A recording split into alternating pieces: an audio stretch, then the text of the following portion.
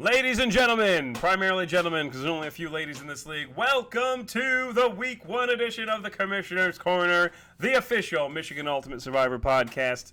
If you're new to this league, this is a weekly, sometimes multiple times per week, podcast that we host, showing you what's going on around the league. There's 84 teams. There's a lot to take control of, keep track of, whatever you want to say it. That's what we're here for. We're here to break down the best teams, the worst teams, what to look out for, and, of course, the winners and losers of the week every week. So, Week 1 is in the books, and I will tell you, as you will find out in my winners and losers segment here in a little bit, it was a phenomenal week for the NFL and fans. First of all, just to be back is incredible. To see fans back in the stands was incredible. Even Los Angeles, I don't know when that happened. Last I knew, they couldn't even eat inside, and all of a sudden they have 100,000 people in that giant stadium. Whatever. Hey, good for them, I guess. It's about time. The ultimate tragedy of COVID, aside from all the deaths that are allegedly attributed to it, is the fact that they built that gorgeous stadium for both of those teams and they couldn't play inside of it. Same with Las Vegas. They spent billions of dollars on that stadium. No fans inside. It was pretty horrible to see, but it's good to see people in there now. And so, yeah, both of those places were hopping on Sunday and Monday Night Football, respectively. So, here we go. We're going to go. We start off with our top 20, which goes into our top 10. But before we do that, we go through our bottom 10 of the Michigan Ultimate Survivor League. And I will tell you, some of these people are going to hit up in the loser section too. By the way, it's No Shave November, right? No, it's not. But I haven't shaved for whatever reason. I look like an Amish woman. Starting off, the worst team in the league right now is his own kryptonite. His team name is Ryan Frazier's kryptonite. This is Willie Ledford, who, I'll be honest with you, I didn't think was even going to be in the league. I was pretty much eliminating his team, and he's like, oh, yeah, I'm going to be in this. I'm like, oh, hey, wow, surprising me, Willie. He did spin a lineup week 1, which is, just horrible. We'll talk about that in a minute. His randomized lineup netted him 23.02 points. Pretty awful. Now, the number 2 worst team in the league, number 83 team in the league, is Show Me Them TDs, who was not randomized and yielded a 23.78 lineup. Now, I'll show you that everyone else who's on this bottom tier, I think, was randomized, because there's several people who randomized week 1. We don't want to talk about it. But Show Me Them TDs, second worst team in the league based on performance, and was not randomized. Welcome to the league, whatever your name is. What's your name there? Show Me Them TDs. I forget what your name is, but I'm going to look it up real quick, because I'm Chad Malige, you didn't submit a very good lineup, but it's okay. It's your first time. You went a little too conservative. Fly, Eagles, fly. Mick DeBow, the third worst team in the league right now. He's perennially pretty good, so we're not going to bust his chops too much. Pay Dirt Pimps, Freedom Fighter, another returning member. FarmersOnly.com, a former champion, put up 42.38 points. Game of Jones, he's a new owner, 42 points. The Dublin Drunks, Jeff Arbogast, one of the winningest coaches in the history of the Survivor League, put up a goose egg here, 43.06. Savage FC, Patrick McNamara's team, performed about as well as most of the people who recruited in the league. 43.26 points, 369. We got one more to go. And the Clockwork Elves, last year's second place team, hits the bottom 10 week 1. Be careful with the table, Cassandra. Jeez Louise, you almost spilled everything all over the place. So, those are your bottom 10. By the way, you're going to hear Renly playing in the background. You may see him. This is not a 3 men and a baby situation. That is a real child back there playing because, well, we can't ever get any peace and quiet around here, especially in the morning. So we're going to go up through here. We'll see these teams, yada, yada, yada. Good job to you guys who make 21 through 73. But, oh, my God, I went too far. Okay, here we go. So, DeWyan's barely missing this. Okay, so our top 20. We're going to go through them quick. Super original. Please stop doing that. I told you got to be kind of quiet doing this. Super original, 78.68 points. That's a respectable performance, I would say. Yes, for sure. Cassandra doesn't have much room to talk. Her team was not in the bottom 10, but it's definitely not in the top 20. Whispering Eyes with 79.94. How long until Biden is arrested? 80.68. He's still in office, people.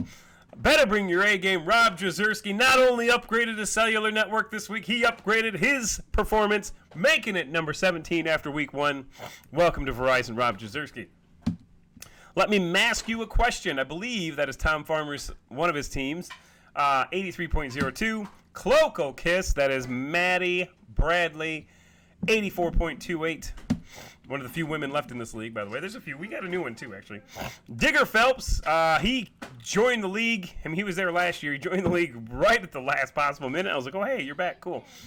84.33. Chubb Ertz, 84.63. Get Vaxxed, Eric Minturn. He's been in the league one time before, but didn't really do much. I don't know what his problem was. Left the league. Several years later, he's back, and he's the number 12 after 1 week. Oh, I needed that. Jay Footman Can, number 11, barely missing the top 10, but here we go. Top 10 teams in the nation are. You ready for this? I'm ready. Yeah, you're super psyched. Squadrels! This man didn't want to be in the league a week ago. He's like, oh, I ain't watching the NFL, blah, blah, blah. Then, typical Square fashion, he says one thing and doesn't deliver. He's got 86.23 points from not wanting to be in the league / watch football to the top 10. That's him. We got Password is Taco, Dom Valenti, once again coming right back up on there. He's number 9. Number 8, we got Toon Squad, Corey Dull. Anything but a dull performance, 87.43. Mad Dogs, this is an interesting one. This is Patrick McNamara's, one of his referrals. He had 5 referrals, 4 out of the 5 did not even fill out their name on the form that he gave them, and they also didn't fill out a lineup. So we might be looking for 4 new owners here if they don't do it again this week, although they were technically paid for. We don't want to randomize them every week. So Patrick McNamara or anyone else, if you have a team, someone who wants to get in this league, go ahead. Patrick McNamara just asked for half the winnings, I'm sure. But anyway, this team was randomized and killed it. 89.53 to not only win, not only be in the top 10, but also be on top of the division, or conference, I should say. So with a randomized performance, that was pretty awesome. Steel City Sackers, Dustin Hanson right back where he left off, being awesome. My Balzac Ertz, do you know who that is? Donnie N, a.k.a. Donnie K, Donnie Knapp. No one ever tells him to shut the fuck up, though. Don't worry about the kid back there. He's fine. Number 5. Number 4, Sag Nasty's Notch Above Top Notches. Go Ben. The best name in the business right there, folks. He's number 4. Number 3, Granny's Baloney Curtains coming out. Cody Provost. Provost have a good run here so far. 97.43 points. And the top, number 2, is Tom Farmer. His other team, Zeke's Relationship Corner, 112.43 points. Who does that make? The number 1 team in the nation is the world's worst drum roll because I have no surface area to hit the drums on. Number 1 team in the nation is Helmets on 98. This is, I believe his name is Jimmy Tucker. I think. Let me double check and make sure that's right. Jimmy Tucker, sure enough. Well, yeah, he was a Patrick McNamara referral too, but he wasn't one of these ones that I was worried about. Jimmy Tucker actually corresponded with me beforehand. Not only did he, submit a lineup, he's the number 1 team in the nation. 122.59 points. Crushed his opponent, who scored 68.5. Look at this guy, though. Whoever Granny's Baloney Curtains played scored 80.7 points and lost. Same with the Steel City Sackers. But anyway, Helmets on 98. Now, this is a little misleading, though. If you look at his scoring history, let's do that. I'll show you guys how to do something. Please don't hammer that. We're going to go, if you want to look how to see who you started or who your opponents have started, hey, please stop hammering. If you're going to hammer something, hammer the chair so it doesn't make a ton of noise right now, please. We'll hammer the stuff in a minute. Sorry about that, folks. We're back. Go to Reports Franchise. Go to Scoring History on this page here. You'll see this right here. We're going to do that. And then you can see your own. This is my shitbag lineup that amazingly won by 0.3 points. But if we look for Helmets on 98, check this out. Jimmy Tucker came swinging like a, you-know-what. Patrick Mahomes, Dalvin Cook, Christian McCaffrey, DeAndre Hopkins, Adam Thielen, Travis Kelce, Evan McPherson, no relation to L, I don't think. And then the Titans defense totally underperformed. But all those other guys, huge hitters. So, yes, he scored a lot of points, but at what cost? Down the road, he has no Chiefs to play, basically. Well, I guess he has Tyreek Hill still. Well, actually, that's not true. He has Kelce and Mahomes, the only ones he actually started, so never mind. But those are big ones. So, Reports, Franchise, Scoring History. You can do some scouting on who you're playing next. Again, that just goes to my team by default. My team, not great. Raheem Mostert got hurt on the first play of the game, I think. scored a point on the Lions, then got hurt, so that was awesome. As you can see, I didn't have a lot of faith in the Lions' performance. Started a lot of 49ers here, but, it is what it is. So that's your top 20 and your bottom 10 for Week 1 of the Survivor League 2021. Now, the next thing we're going to do is we're going to go to winners and losers, okay? Winners and losers. We're going to start with the losers first. Urban Meyer, this guy. Have you heard about this? What did he do? What did he do? Well, he didn't win. That's one thing he didn't do. But this guy is there's already serious chatter about this guy leaving the Jaguars. He's been a complete disaster. The team got crushed by the Houston Texans, who were supposed to be the worst team in the league. He's yelling and demeaning all of his players and assistant coaches during practice. It was awful, and during the game, it was awful. And with USC having an opening now, they're already saying he probably won't finish out the league. He's a loser. He's a bum. He's a loser. Another one, hate to say it, Aaron Rodgers. This guy is a joker. Historically, I've stood up for him, but, because I've always said I like Aaron Rodgers, but I can't stand the Packers. But Carson Palmer, if you remember him, he has theorized that Aaron Rodgers did the reason because in case you didn't see, I'm sure you did because you all watched this stuff. Packers got annihilated by the Saints with Jameis Winston, the quarterback. Aaron Rodgers didn't do anything. He basically didn't want to be there, didn't want to play. Carson Palmer has theorized that he is tanking on purpose so they'll get rid of his ass, which would be the most gutless thing of all time. Or he underperformed because he hasn't played in who knows how long because he held out like a little bitch during the contract or during the offseason, the mini camps, and the preseason. So Aaron Rodgers, you're great at hosting Jeopardy. Maybe you should retire and just do that. Don't do this to a team, though. Even a team I can't stand, like the Packers, not cool, man. And, if you just are just terrible now, which I doubt since you were the MVP last year, so be it. It happens. Tom Brady, look how old he is. He's really slipping, right? Yeah, right. And then finally, these guys, Alan Harvey, Willie Ledford, and most of the McNamara referrals, all losers of the week because, well, those guys did not submit a lineup. Alan Harvey is a former champion, did not submit a lineup in Week 1. A couple of years ago, I was ragging Tony Lay for this, and his house had gotten destroyed by a hurricane. Let's hope nothing tragic happened to either of you two. But for now, you're on the loser board, and if something bad happened, I will come back and I will say I'm sorry next week. So let me go to the winners of the week. Winners of the week. We're scrolling up here. Oh, my God. I went too far, but I'm just going to see him right now. Jameis Winston, first and foremost, biggest winner of the week. Do you know why, Cassandra?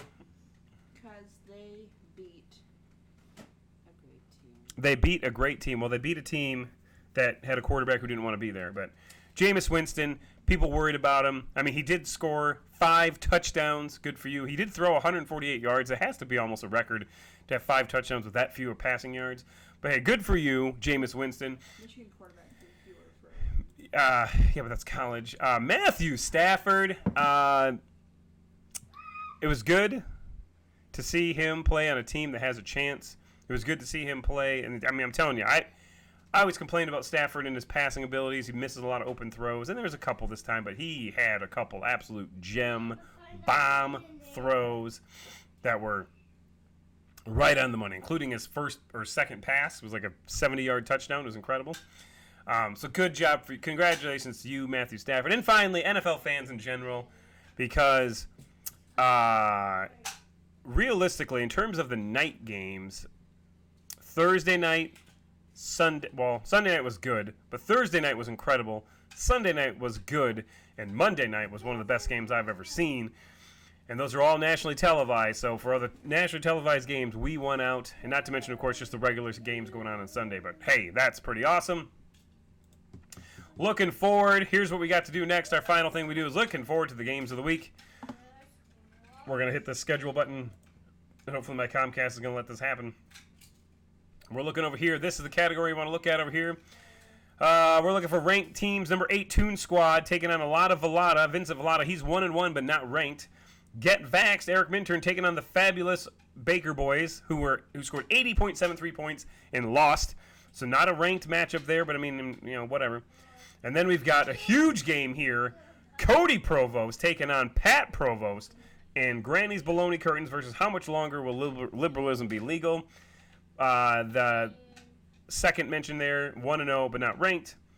Mo Tunny Mo Problems, Rob Shanuskis, taking on the 11th ranked Jay Footman Can. Mo Money Mo Problems, or Mo Tunny Mo Problems is 0-1, by the way. Super Original, taking on Your Mother Likes My Defense.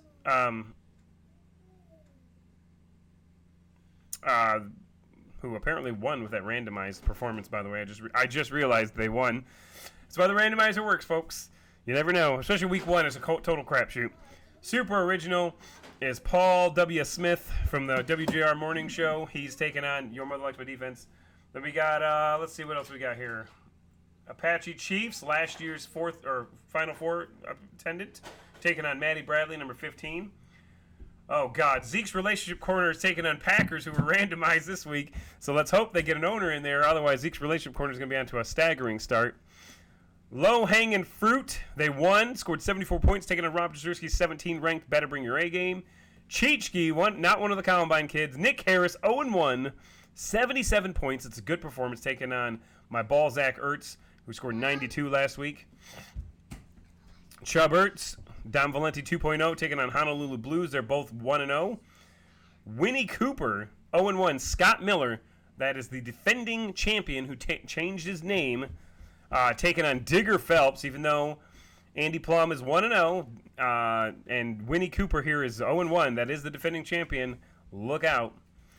Michael Myers, Giggle, taking on Mad Dogs, number 7. Let's see if they get an owner before the week's over.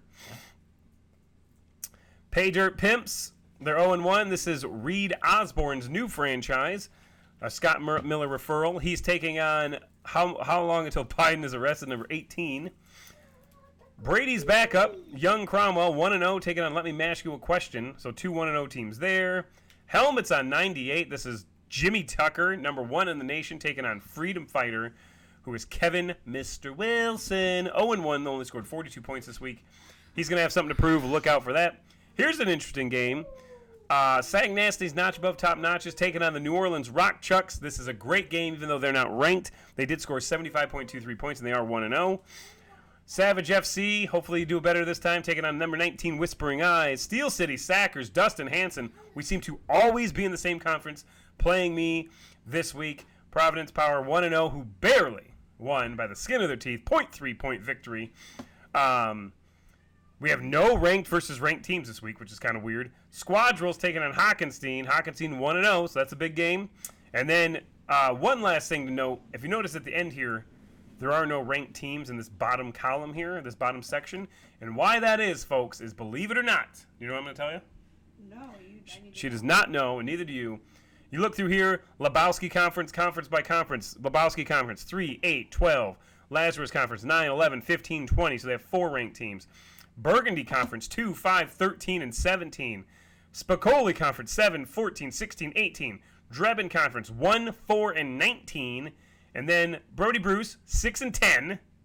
So they only have 2. But then you get to the Rod Kimball Conference, and look at this. Not a single ranked team in this conference, folks. Not a single ranked team. There are some good owners here. You got Gary King, former champion, 1-0. Frazier, perennial playoff team, 1-0. Nasty Nutria, which is Sarah Krasansky, 1-0.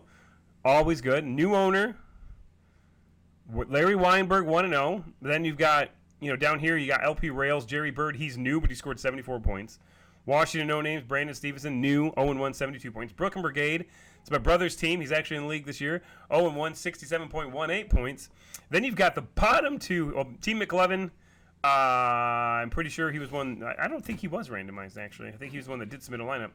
But then Play with Mike Ditka and the Clockwork Elves. 2.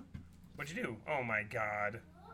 I told you she was going to spill something, and she just spilled it, folks. Go get a towel. Hey, calm down, dude. Oh, my God. You almost broke your laptop, too. Whoo, that was close. If you smell something smoking, it's probably because you spilled on a bunch of electronics. But still, Tony Cromwell and Lennon Seagraves, 2 teams that are normally at the top or at the cellar of the ranked list Rod Kimball Conference. So that's that. Well, hope you all enjoyed this podcast. Hopefully we won't have any computer damage here. We'll be able to do this again next week. If you have any questions, please feel free to post them on the Survivor League Facebook page or text or call me or message me directly. if you know someone who wants a team, thinking about it, wants to try it out, we have several teams that are on the watch list. If they do not submit a lineup again this week, we are going to yank the teams regardless if they paid or not because we want integrity. Is that right, Ren? Yeah, you know it. We'll see you next week, folks. You have a wonderful day. Oh, by the way, iPhone 13 pre-order start Friday. Get a hold of me if you need one. I'm out.